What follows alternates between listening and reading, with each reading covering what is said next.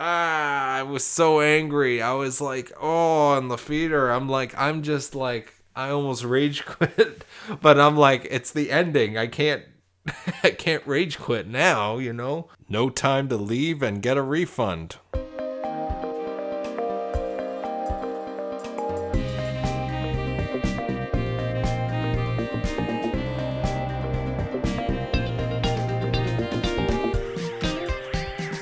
Hello everyone, I'm Mitchell Ryan Darcy, and I'm about to watch No Time to Die for the first time. I pre-ordered my ticket now, and I am about to go see it in a couple more hours. I am actually seeing this movie, No Time to Die, not in IMAX. That's shocking. What could be the reason why Mitchell's not seeing this movie in IMAX? Because, I didn't feel like driving an extra hour away to get to the theater that would have it in IMAX. Plus, also, it was already kind of booked. So, I went to my more local Chatham, Kent theater and to see No Time to Die. And it's going to be in 3D. That's right, you heard me. A James Bond movie, No Time to Die, is available in 3D. I had to do it. I absolutely had to because I can't believe a James Bond movie. I'm about to watch it in 3D. I've never seen a James Bond movie in 3D. Last time I checked, Spectre and Skyfall were not available in 3D. I actually kind of think that during the pandemic, them knowing that the movie's going to be pushed back, they were like, hey, you want to spend an extra tens of thousands of dollars to have a team just go through the movie and convert it to 3D. That's kind of how I imagine the conversation went. That adds a bit of excitement because it's like seeing the footage that I've seen so far of the film. It's like, how well is this movie going to be in 3D? How good is the conversion going to be? Because the movie's not shot in 3D. I bet you any money this movie was not shot in 3D. And I'm wondering, are they going to actually release a 3D version of this film on home media release? Such as because we know they're gonna do a Blu-ray. There's gonna be a UHD ultra high definition 4K disc, obviously Blu-ray, DVD. But are they gonna do a 3D disc? I wonder, because that would be extremely rare. I think the last major 3D release was Godzilla vs. King Kong, for obvious reasons, because it's big action destruction. So obviously the 3D is quite necessary, and probably Free Guy, but Free Guy hasn't been released on Blu-ray yet, so that one will probably also have a 3D option. I don't know. Anyways, I am kind of excited. I'm not gonna lie. Doing all that trailer re-editing for my spoiling No Time to Die video has really got me hyped into the spirit of what's gonna happen next James Bond wise. It's gonna be interesting to see how much I get right. So let me tell you why I'm excited to go see No Time to Die. Other than it being potentially the last Daniel Craig film, I'm excited for the cast. Rami Malek's villain, to see the return of Felix, who we haven't seen for the last couple of movies. I'm excited to see what they're going to do with Blofeld, with all the stuff they set up in the last movie. I don't know if it's going to pay off or it's just going to be an overlooming threat for the next series of James Bond films. I'm excited to hear Hans Zimmer's score, as well as Billy Elliot's title track. I assume, because from what I've heard history-wise, usually whoever does the score for the film usually does have a say or an influence in the main title song. I'm kind of hoping it was definitely a collab between Billie Eilish and Hans Zimmer. Granted, Hans Zimmer is my favorite film composer of all time. I'm excited to see more of Ben Whishaw as Q. I've been a fan of Ben Whishaw ever since I saw him in Cloud Atlas. If you haven't seen Cloud Atlas, that is a beautiful film, and I love it dearly. A top 10 favorite for me, for sure. As a big fan of editing and main title sequences, I'm obviously excited to see visually what they do with the title sequence. I should actually mention, I forgot to mention that I have not heard the main title theme or any of the score soundtrack for No Time to Die. Hoping to have a mind-blowing experience, both visually and audio-wise, I'm excited for No Time to Die, But I am scared and terrified as well as excited of what they're going to do next. So I'm just going to have to wait until I see this movie. You know I'm excited for the film. Time to watch. Or should I say, time to die. Ha ha ha. Okay, I'm done.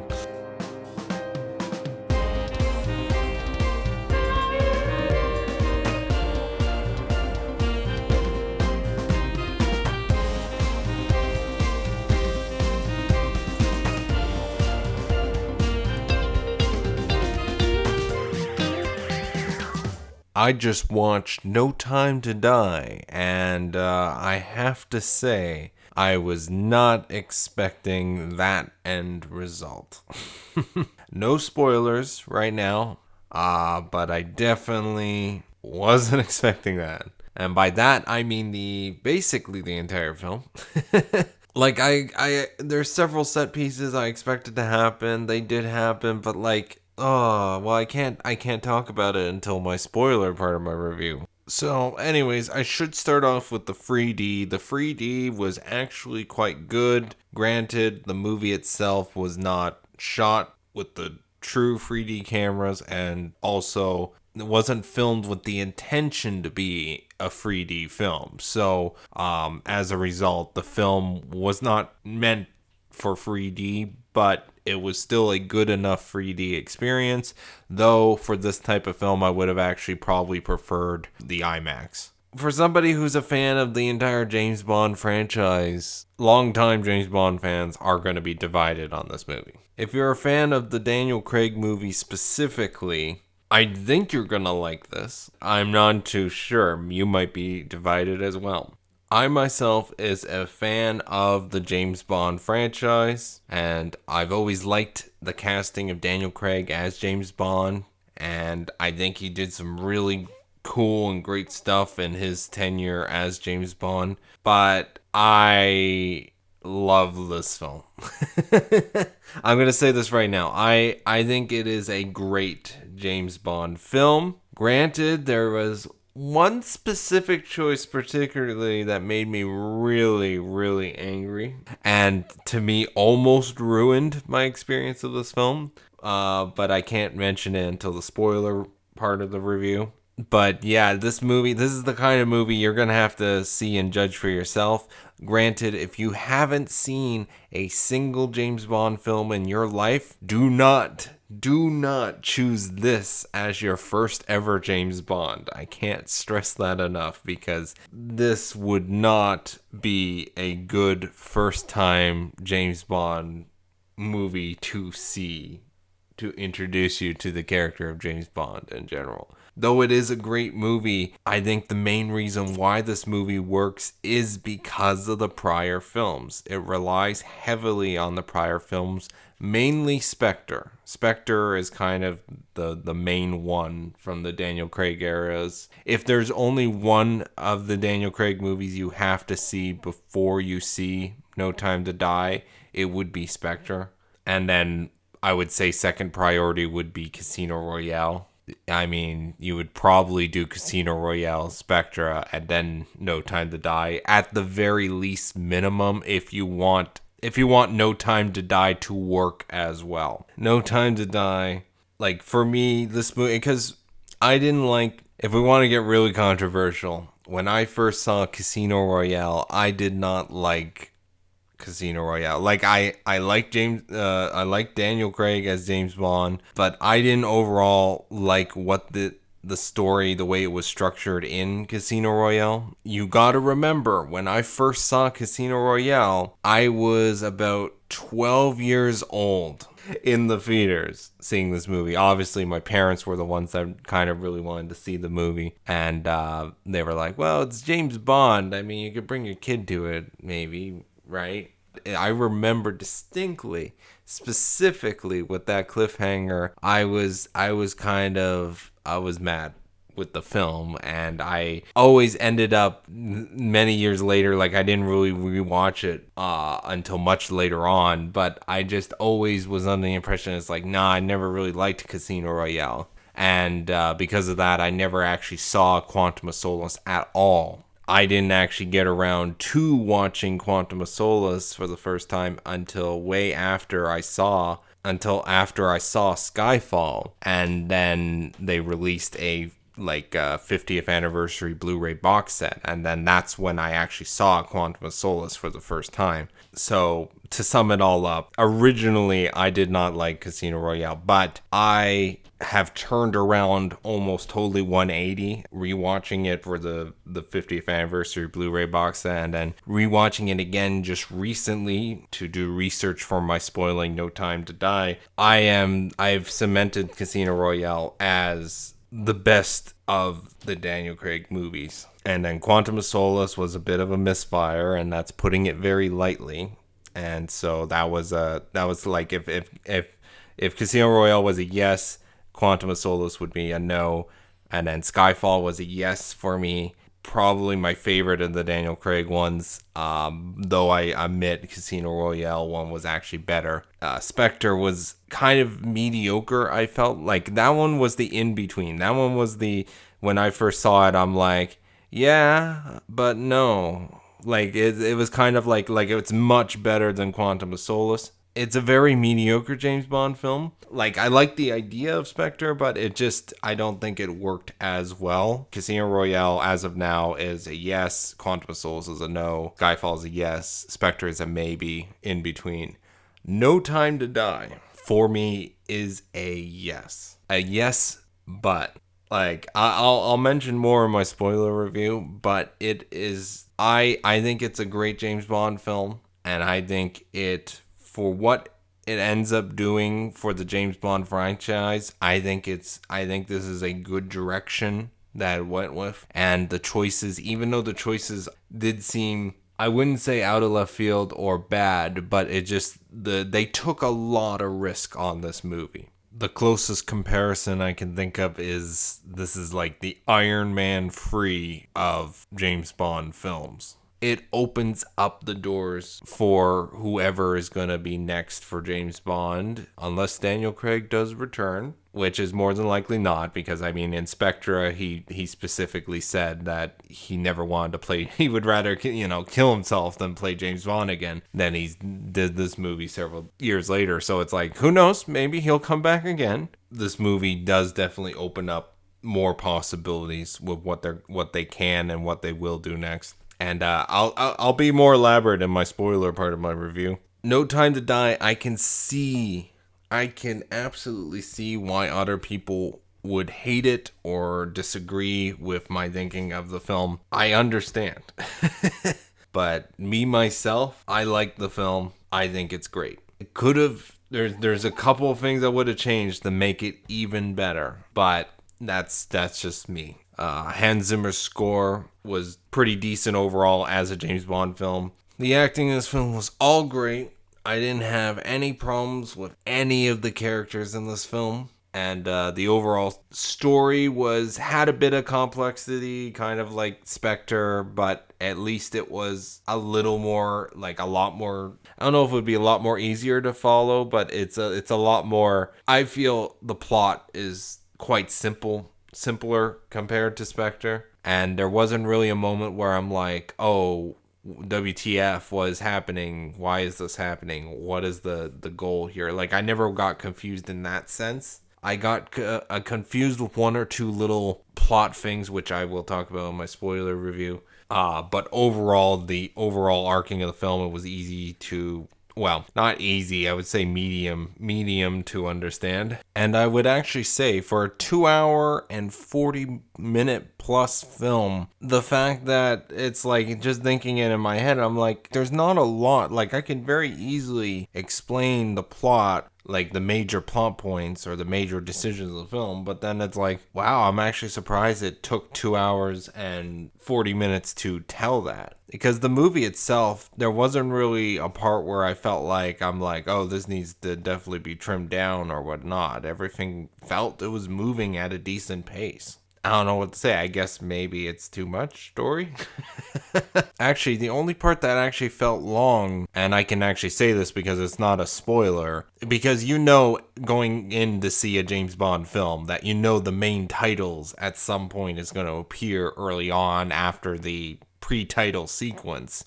So usually there's something that jumps into the film, and then we get this sort of epic main titles, and then the rest of the film happens. Going into this film, because it's a James Bond film, you're going to get that. The only time that this movie felt long was waiting for that opening title sequence to appear, because they go almost the world is not enough levels of long, because if you remember that was the one with the boat chase, because they open up the world is not enough with a little office action moment when they test out the movie with the test audiences. People were like, well, it's not really that big of an opening. It's a really short, sort of not really bombastic, huge opening. And then after the main titles, they would have that incident with the major boat scene in World Is Not Enough. So after the test screenings and getting those comments, they were like, okay, let's move the main titles to after the boat scene.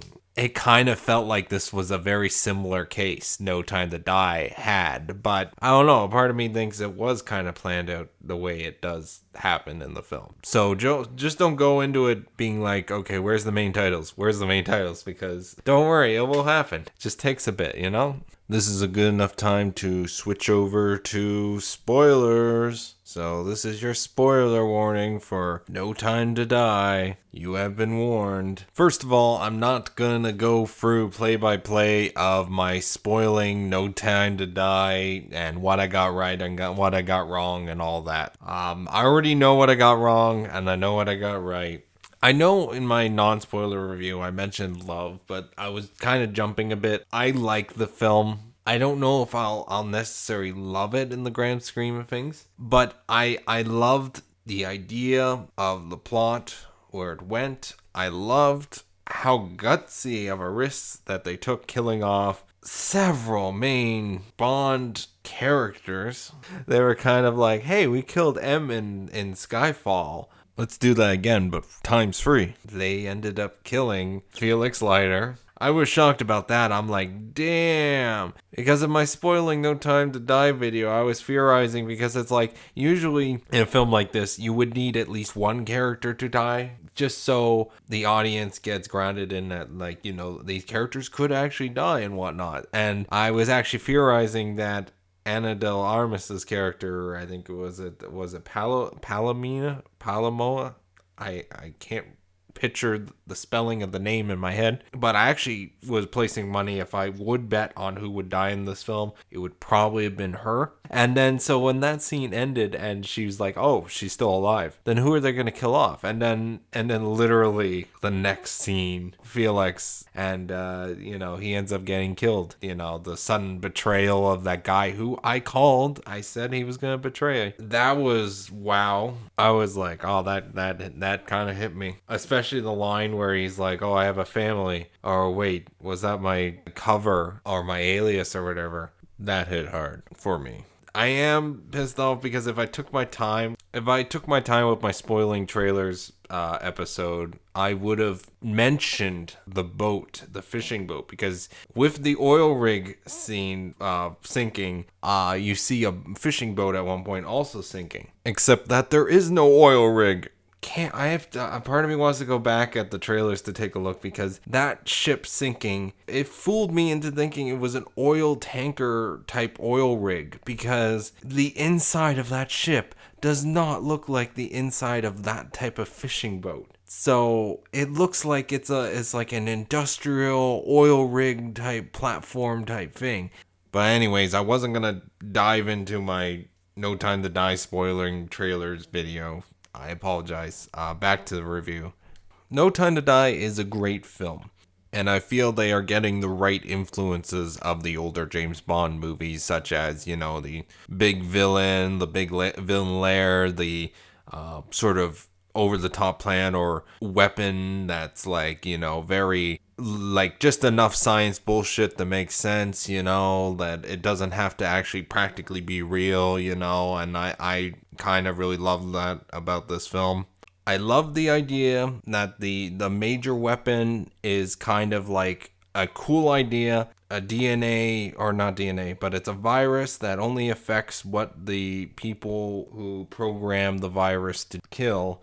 I thought that is cool idea, and I loved how it was the MI6 that actually came up with that weapon, but it's not officially them. It's kind of off the books by M created, but then they realized how it can really backfire and how it can just end up almost killing everybody or a lot of people that are innocent. So they sort of just locked it away. And considering the rest of the Daniel Craig era James Bond movies, this was the kind of more far-fetched, over-the-top weapon, mass destruction, something you might have seen in an older James Bond film. I kind of love that. Villain's lair being an old, like, World War II bunker somewhere in between the oceans, like Japan, Russia, and various other international surrounding communities area. I loved, because I went into this movie expecting, oh, the new villain is obviously working for Spectre and all that. And the fact that the movie actually did it as, it's kind of like a freeway of, like, you know, you got the MI6 and James Bond, and then you got Spectre, and then you got a third party that is attacking, you know, Spectre. And as well, so it's kind of a bit of a free-for-all in a sense. There's more to this story than what I thought, and the fact that, especially after having literally the last movie be Spectre theme, and the whole point of the movie was introducing Spectre and all that, and then it's like in this movie they actually ended up basically, because of the virus that I talked about that selects people depending on the programming of the genetics or the DNA and all that, the fact that they were going to use it on James Bond, and then the scientist guy who's secretly been working with Safin, who's the new third party that's a villain to both Spectra and MI6.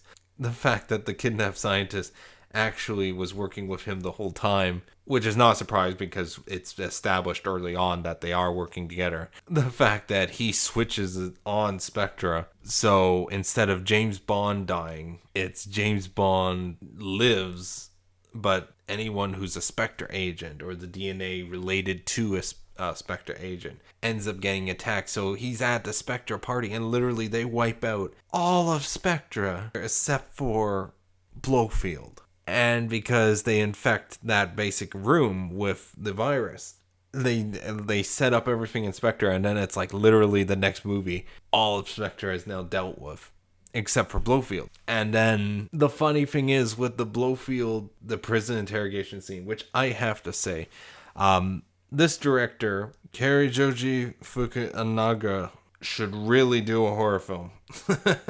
Especially with the opening title sequence, and then even the interrogation scene, or not interrogation scene, the questioning scene of Blofeld, like his entrance with the little box down a corridor into a room, and he's getting closer in the little box, and it's like I got like I don't know, but I just had vibes to like The Shining for some reason, and it's like, you know, it's like kind of more intense than what it is. But actually what's funny is I actually got really tense at the beginning of that scene, because what was going through my mind was, from what they established in the movie, I actually thought, I was like, wait a minute, so James Bond is affected with the virus that affects Spectra and potentially agents who are related to Spectra. So my whole time at the beginning of that scene, I was like, oh my god, he's gonna end up killing Madeline Swan. And I was like, I was tense, because I was like, that was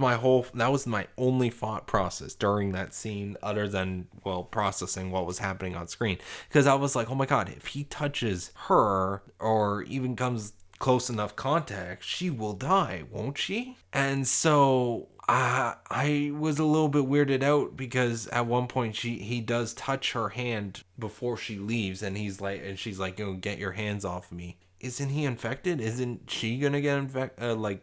Isn't she gonna die or whatever? When she left that scene before Blofeld actually entered the area, I was like, okay, I guess that's not happening because I guess maybe she stayed clean of Spectra enough that the DNA wasn't like, oh, well, your father was Spectra. But then again, the father was dead way before the events of the 5 year gap in this movie. Oh, I totally forgot they did a time skip in this movie. But the funny thing is, I kind of really like the scene where he's talking with Blofeld, because that sort of I kind of had a bit of a smile throughout that scene.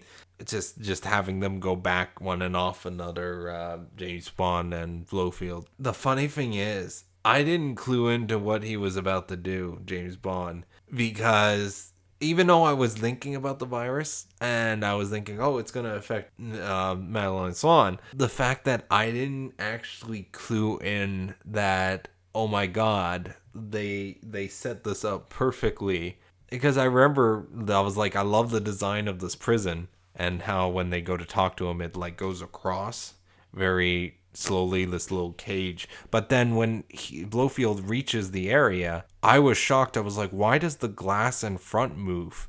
Because usually there's always a glass or something where it's you can't, have contact with the prisoner, period, but you can talk to them. So I thought that was a very odd thing, and I remember as it was happening on screen when the little glass went down in front, I'm like, wait a minute, they literally just put James Bond in a room with Blofeld, could just reach over and strangle him or whatever. And I actually, funny enough, wasn't even thinking about the virus. Like, I was thinking about the virus in Returns to Madeline Swan, but I wasn't thinking about the virus in Returns to Blofeld. I didn't clue in until literally, I think, the second time he took a step forward. And I was like, oh, he's going to infect him with the virus. He's going to kill Blofeld right here. And that's what happened. We have an on-screen Blofeld death that, judging by the rest of the movie, is not a fake out or anything like that. I'm alluring to, Diamonds Are Forever. That's the one with the opening where it's like, oh, Blofeld is dead, but then it's like, it turns out I had a double. Yeah, the fact that it's like, because when they casted Christopher Waltz as Blofeld, I'm like, you couldn't have a more perfect casting modern day right now. And then it's like, the fact that the next movie they killed him off. And not only that, but they killed off all of Spectra, according to the movie. I'm like, that is guts. Oh my God, like, you guys just got the rights back to using Blofeld and you literally kill off that whole thing. Quite surprising.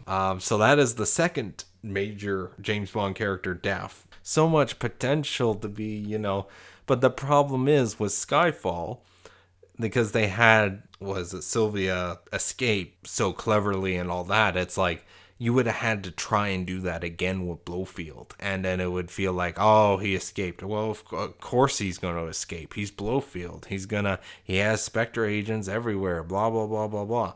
I believe that they made the right decision with all the deaths in this movie. I can definitely see James Bond fans being very, very decisive or divided about this film. Especially the fact that it's like, okay, at this point in the film, not only have you killed off Felix Leiter, but you also killed off the entire Spectra villain force. Like, granted, you could just make up a new name and organization, have another Quantum, or have Quantum come back or whatever, but if you're going to have a major bad guy, might as well have a major bad guy corporation of Spectra, But no, they're all dealt with. They're all swept under the rug, so okay, that's good. But then we got the third party that we have to worry about, which is Safin. Before I get way, way too ahead of myself, because I am all over the map with this review. Let's go back to the beginning. You got this really cool cold open, very horror with the mask and all that. Like, the director definitely took great opportunity with that. Madeline Swan is the one that falls into the ice, and Rami Malek had a good opportunity to kill her, and literally, I guess at the last second was like, I see those eyes, and she kind of needs me or whatever to save her, and was like, you know what, sure. And so you have him shoot around the ice very close to her, and then go to pull her out of the ice to save her. That's where I I would like, if I was making this film, editing this film, that is where I would put the main title sequence. But they didn't, which I will say the great thing about it not having the main titles there is we had a really good smash cut from her and the Ice Gang pulled out to her when she's older on vacation. Oh, I say on vacation with James Bond, but James Bond is retired at this point and he's living his life. He's enjoying retirement with her, and they're having the best time of their lives, than them driving, enjoying life and all that. And that's kind of how the movie goes. And the opening titles doesn't happen until after the bad guys revealed themselves, with Spectra being like, "Oh, I'm here to kill you, James Bond." And so you get this whole thing, chase scene, really well done, action really, really good. So he drops at the train station and then they go their separate ways. That's when the main title sequence happens. And then it says 5 years later, if I remember correctly. There is a time skip after the main titles. And the reason I went back to the beginning to talk about the beginning is that the main title sequence I have to talk about visually out of the 5 Daniel Craig James Bond movies we've had, No Time to Die, I would argue had the worst main title opening, not the song, but the visuals. My argument for that is the consistency of it, and also the fact that it doesn't actually, there was not a lot of it in relation to the movie. Like, unless I'm missing something, like, for example, it opens on this statue, and it's like, I don't know if it's Poseidon, one of the Greek gods or whatever, and it looks cool. You got like a shield and with Britain's flag on it, and it sort of crumbles and falls apart. And then you got images of sand and time and everything sort of fading away per se. It's like, it's cool. It's cool. Like, that is cool. That's some, like, the shot with the, I would say the grandfather clock, but the thing that goes back and forth, and the sand dial or whatever, or not the sand dial, but like the thing that goes back and forth on a grandfather's clock for the clock, and having it there with the sand, and James Bond is walking through it with the cars. Like, that is cool. That is good. Like, I praise all that. But then it's like, there's several sections where it's like there's a whole section of it where it's like on the body, like, of people, but it's like a design, like, I don't know if it's a tattoo or if it's just, it's like, I don't know, roses and thorns. I couldn't really tell. I don't know what the hell I was watching at one point when that part of the main titles came in. And then it cuts to nice looking, like, ceramic or plastic or whatever breaking, and then you get this, because it's like a white solid ceramic, and then it breaks apart and there's like paint underneath. I don't know if I'm missing something or whatever, or if I'm not getting the symbolism of the main title opening, but I'm like, this doesn't match the film at all. And that's saying that after I've seen the rest of the film. Like, I had questions during the film, my first time watching it, being like, okay, is James Bond going to be going into a ceramic and be a bull in the china shop sort of thing, and then there's gonna be paintball involved? I don't know, like, and then it sort of ends in that section per se. You don't even deal with death as much. I think you only see the mask from the beginning of the movie once in the opening titles, and it's like, wow, that could have been a much better. There could have been a much better main title opening visually. With No Time to Die, the amount of possibilities and all that, especially with the villain's lair, like the whole the poison garden aspect of the base, or the poison garden aspects of Safin's lair. And then you also you could have done you could have played more into the opening with the mask and the burning of papers from that event holiday they were vacationing in, and even some more Spectra with it. I did like how it began with the panning shot of the train, and then it has the dots. It reminded me of the original, I think it was Dr. No, that had the first James Bond movie, had the dots type opening. Yeah, it was the main title thing is, yeah, it looks okay and nice, and the 3D was quite cool, but it just, the main titles for No Time to Die is visually the worst of all the Daniel Craig Bond films, I feel. Casino Royale, you got a consistent sort of vector, simple color sort of scheme, but with the complexity of like playing cards and stuff, and the symbols representing knives and stuff, and people getting killed, and it's like that's cool and consistent.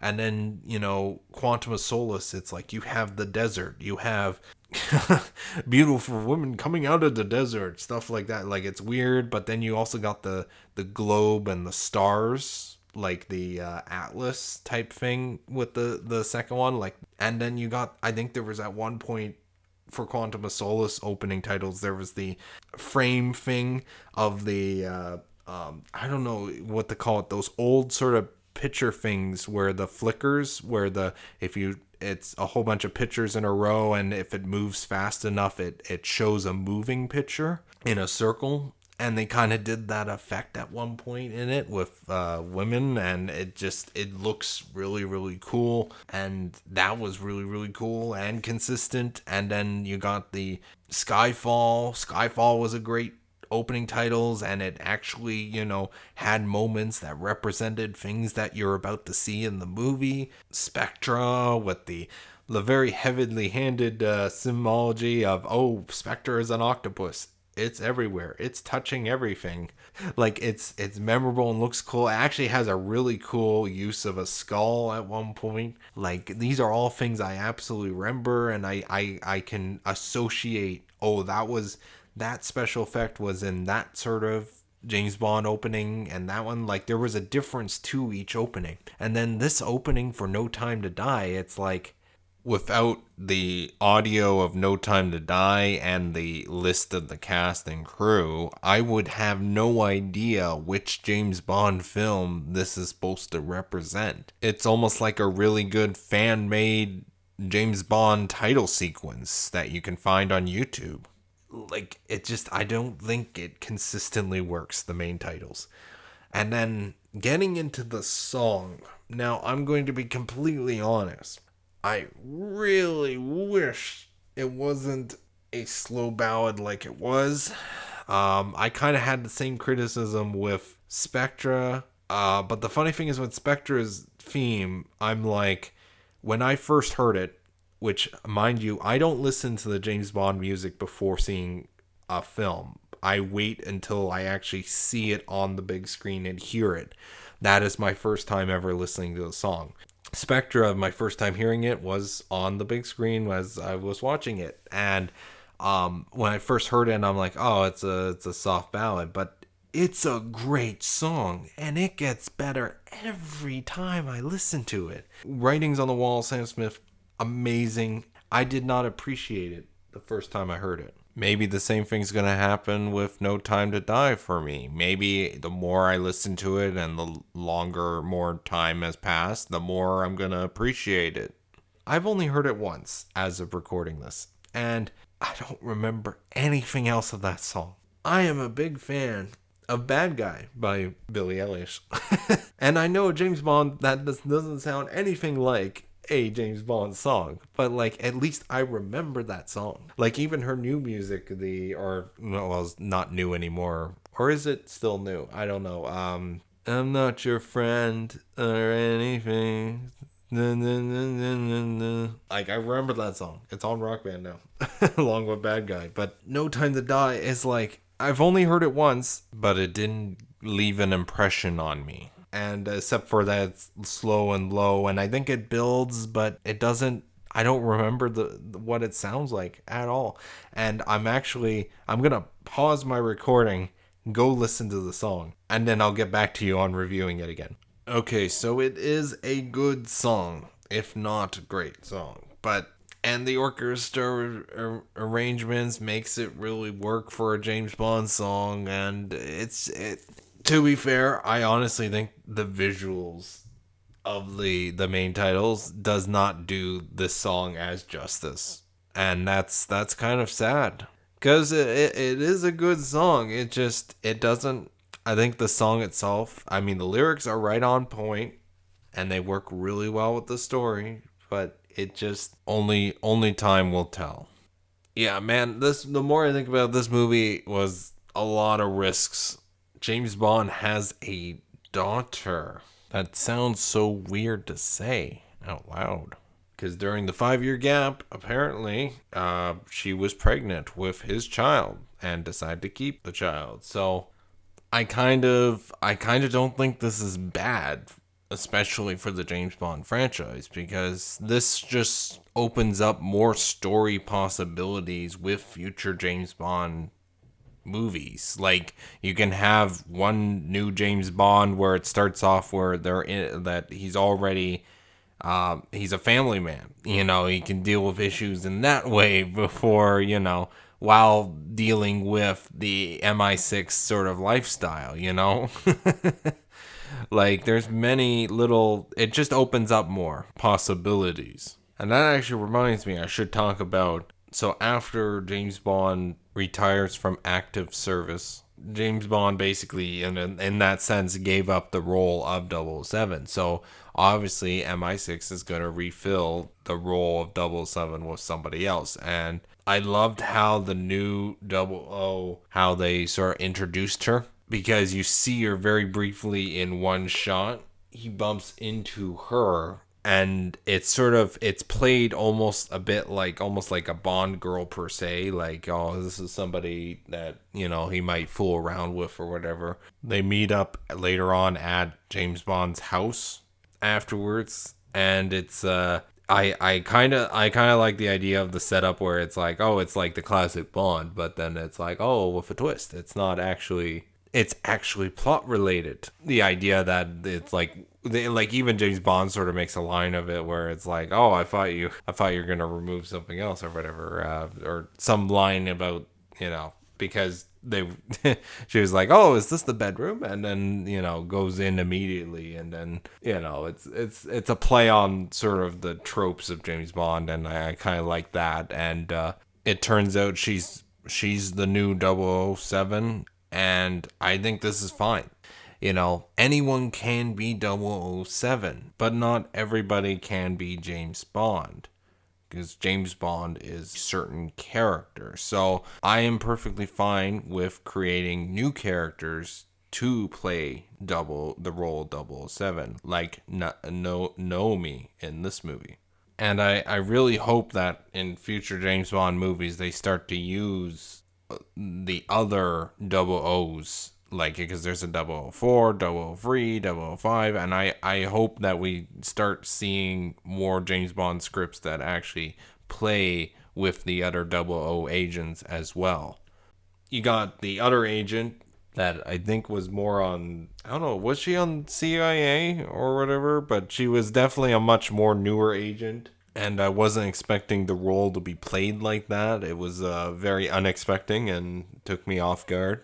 The one that he goes to the Spectre party with, and in the Spectre party, like, they don't know it's a Spectre party at first, but they walk in, it's a party or whatever, and then it's like, oh, I've seen all these people before. These are all members of Spectre. And then it's like, oh, they're listening to an earpiece. Let's go on the earpiece thing. Like, I love this whole section of the movie. Like, I kind of love.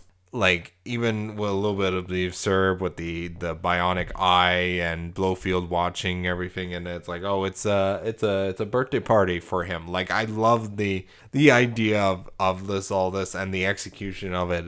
James Bond. This feels like James Bond. You even got the ending more with the big villain's lair and all that, and with Safin, you get some really good little monologues with Safin and all that, and it's like, this movie definitely emulated a lot of the older James Bond as well as the newer James Bond. The music, Hans Zimmer, I forgot to mention, Hans Zimmer's music is great in this movie. It's nothing particularly groundbreaking or like very stand out. It's like it's doing James Bond and doing it Hans Zimmer style, without going too Hans Zimmer style. if you know what I mean. Like it's not too over Hans Zimmer, but you can tell in certain aspects of the music that it is Hans Zimmer. It's definitely Hans Zimmer style. It's particularly it's like a bit of a build up song where it incorporates the James Bond theme, but it's like dun dun dun dun dun dun dun dun. Dun, dun, dun, dun, dun, dun, like, and it sort of repeats like that. Like that I absolutely loved that. And I love the little nods to We Have All the Time in the World by Louis Armstrong that was made for On Her Majesty's Secret Service. And I think might be a couple other James Bond songs that weaved a little bit into the score. I could be mistaken on that, but that was the one that was noticeable. But also at the same time, they kind of bluntly say the line, oh, we have all the time in the world, which is, right there, this movie's going to end very well when a James Bond, in a James Bond movie, that line is all uttered. And I kind of hate that they brought up that line. They technically did not need to say that line. Like, I know it's weird, the Daniel Craig areas, because they're like, oh, it's a totally new James Bond, but yet they keep wanting to go back to the nostalgia of the older James Bond, like references with the car he uses, the lines he say, and it's like, it kind of bothers me in a sense. Like, they didn't need to outright say that line, because I even heard it in Hans Zimmer's music. It actually incorporated a little bit of the Louis Armstrong song, All We Have All the Time in the World. And it's like they didn't need to specifically say the line. That actually kind of, I have to bring this up at one point, but I absolutely hated this one thing that they did. And it to me, it almost ruined the entire movie for me, because I was enjoying the movie so much, and I'm like, this is great, this is epic, and then it's like the last bit, I was so angry. I was like, oh, in the theater, I'm just like, I almost rage quit, but I'm like, it's the ending, I can't rage quit now, it's not what you think too. It's the use of All the Time in the World song for the end credits song.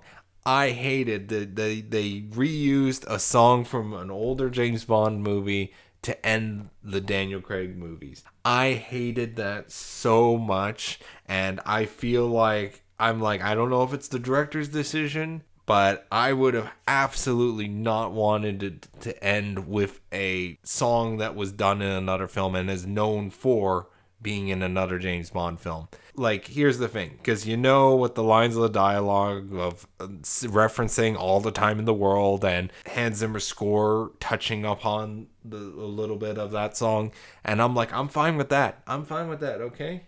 It's a little blunt, but I'm okay with that. But actually using the original song for the end credits, I hated that so much. I was so angry. That actually, it almost brought back my memories of the last time I was this near that level of angry was when I saw Ghost in the Shell, the remake. And it was immediately after I watched Ghost in the Shell, the original. And the funny thing is, if I never watched the original, I wouldn't have been as angry when I saw the remake. But because I knew the source material and then I went to see the remake, I was like, the ending for that kind of was like, I'm like, this movie just gave me a literal middle finger. That's what I felt. On No Time to Die, it didn't feel like the movie was giving me the middle finger, but it just, I'm sure they had the right intention with using the song. It's just, for me, it just bugs the hell out of me, especially when a movie reuses a song but not reuses it in a plot way and reuses it just for the sake of reusing it, hypothetically. Granted, it's been like 30, 40 years since they last used that song in a James Bond film. I shouldn't be getting so mad with using that song, reusing it. It bugs me, because it's like, okay, I would have accepted a Hans Zimmer, Billie Eilish cover of All the Time in the World. That would have been much better. Or hell, I just got another brilliant idea. What if Billie Eilish and Hans Zimmer did a cover of You Know My Name from the Casino Royale opening title but do an acoustic, more sadder, slowed down version of it for the ending of No Time to Die. That would have bookend the Daniel Craig era. That would have been cool. But the fact that they literally just threw on the song from On Her Majesty's Secret Service, I hate that so much. That I was like, oh my god, this movie was great. But now I'm starting to think, okay, that was a big misstep, in my opinion. Because I love the song. It's so stupid because everyone's like, oh, Mitchell, you're getting mad because they decided to kill off James Bond. I'm not mad about that. Not only do you have Felix die and Blofeld die, but then it's like you also kill off James Bond, which I'm like, I'm okay with. It's his last outing, and this will be a milestone. This is going to be really, really good for the franchise, I feel. But what pissed me off was, and it made kind of the death, I guess, a little bit more sadder or whatever. But he picks up, because the kid that's as James Bond's daughter, who got sort of kidnapped by Safin. At one point, she's running around the base and she loses her little bunny stuffed animal, and it kind of breaks my heart that literally during sort of the ending finale set piece, that after they've escaped, but James Bond is still left behind at the base, he finds the bunny, picks it up, and sort of puts it in his like pocket back or whatever to hold on to it, in implying that it's like, oh, he's gonna make it out of here and give the bunny to her. I'm like, oh, that's sweet. And then it's like, then it gets to the point of the movie where the final showdown between Safin and James Bond, and Safin pulls off the greatest way to torture James Bond in the most tragic of ways, and ending up with him deciding to kill himself in order to save the world, as well as his last love of his life. The one he loves, Madeline Swan, he wouldn't be able to approach her or the child without her dying because of the Hercules DNA. That's what they called it, Hercules DNA. And it's like when I first heard that, I'm like, oh wow, he's gonna just have to just stay away from her for the rest of his life. And it's like, wow, that's a sad way to sort of end James Bond. So he's like, well, if we're blowing up the base to destroy all the evidence, I'm part of that evidence. So in that sense, it's very logical, and I applaud the hell out of everyone involved in this production to actually go in knowing that they're killing off several James Bond characters that have been throughout the franchise on and off. But yeah, and then afterwards you see the kid and Madeline Swan driving down a similar cliff that they drove near the beginning of the movie, and she's like, oh, I'll tell you about James Bond, your father, and then sort of the music plays for all the time in the world. I was like, no, don't. That's why I'm just angry, because it's like, imagine the next James Bond movie and they decide, hey, let's throw the music from Goldfinger on the end of it. Actually, you know what? Hey, Surrender by Katie Lang. That wasn't really a main title song. Let's use it for the main titles or the end sequence.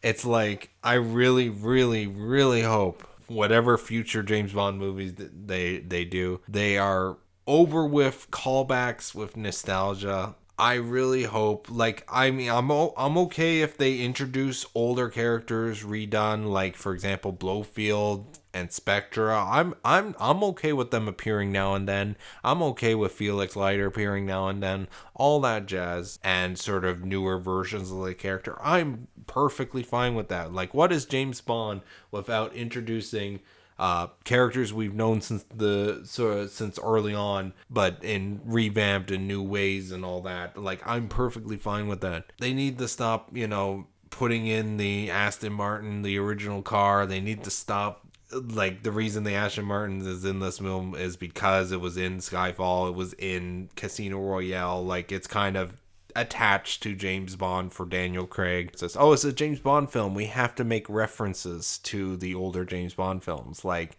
like Q's line in Skyfall where he's like, oh, what did you expect? An exploding pen? I don't know. In some ways, I feel like they should stop with that and just be more original. You can look back at older James Bond movies as an influence, but don't take from the old. Why do you think No Time to Die had such a drastic kill off and tie up all the loose strings to it? Is because this is the end of the Daniel Craig era of James Bond. And in this day and age, the big thing going is multiverse. MCU, Marvel Cinematic Universe, everything's connected, everything is spun off and all that.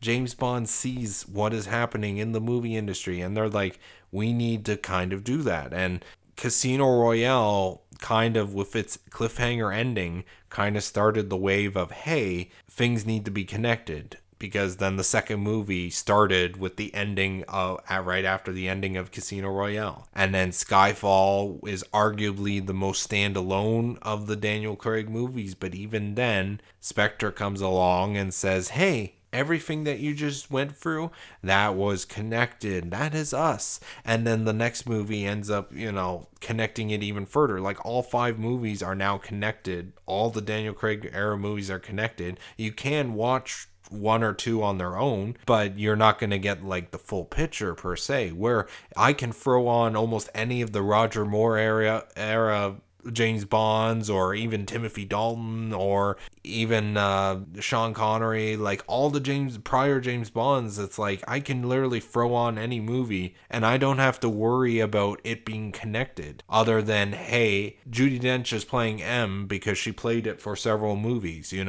Movies are not directly connected in a sense, and I really wish they go back to that sort of style of James Bond where it's like every new movie is a new story and new stuff. In my non-spoiler review, I had to say that I'm kind of scared with what's going to happen next. That is my reason why I'm scared, because it's like they have a great cast. I would say perfect casting of M, Moneypenny, Q, Blofeld, Felix Leiter, all tremendously, greatly cast for this modern age. And it's like, because Daniel Craig is ending and they're going to have to either revamp or continue. If they continue, it's going to be a little bit weird, because it's like, hey, here's a new James Bond, but it's the same everybody else, and they all act like the last movie didn't happen per se. So it's kind of like that would not work. So they need to reboot it, and they need new everything, and that's quite unfortunate because we have such a great cast. But that would be one of the reasons why to return to rewatch the Daniel Craig era of films, is the continuity, the story, the characters that you got attached to over time. But yes, I like this movie. It depends on a rewatch if I end up gonna love this movie. Because I said in my non-spoiler part of the review, I did say instantly that I love the movie. I just wanted to get across that I do like the movie and I do kind of love it in a sense. And I want to know what you think of No Time to Die, Daniel Craig's last outing as James Bond. Let me know in the comments below. Thank you very much for watching. I want you to have a nice day or night or whatever time you watch this. Have a nice whenever.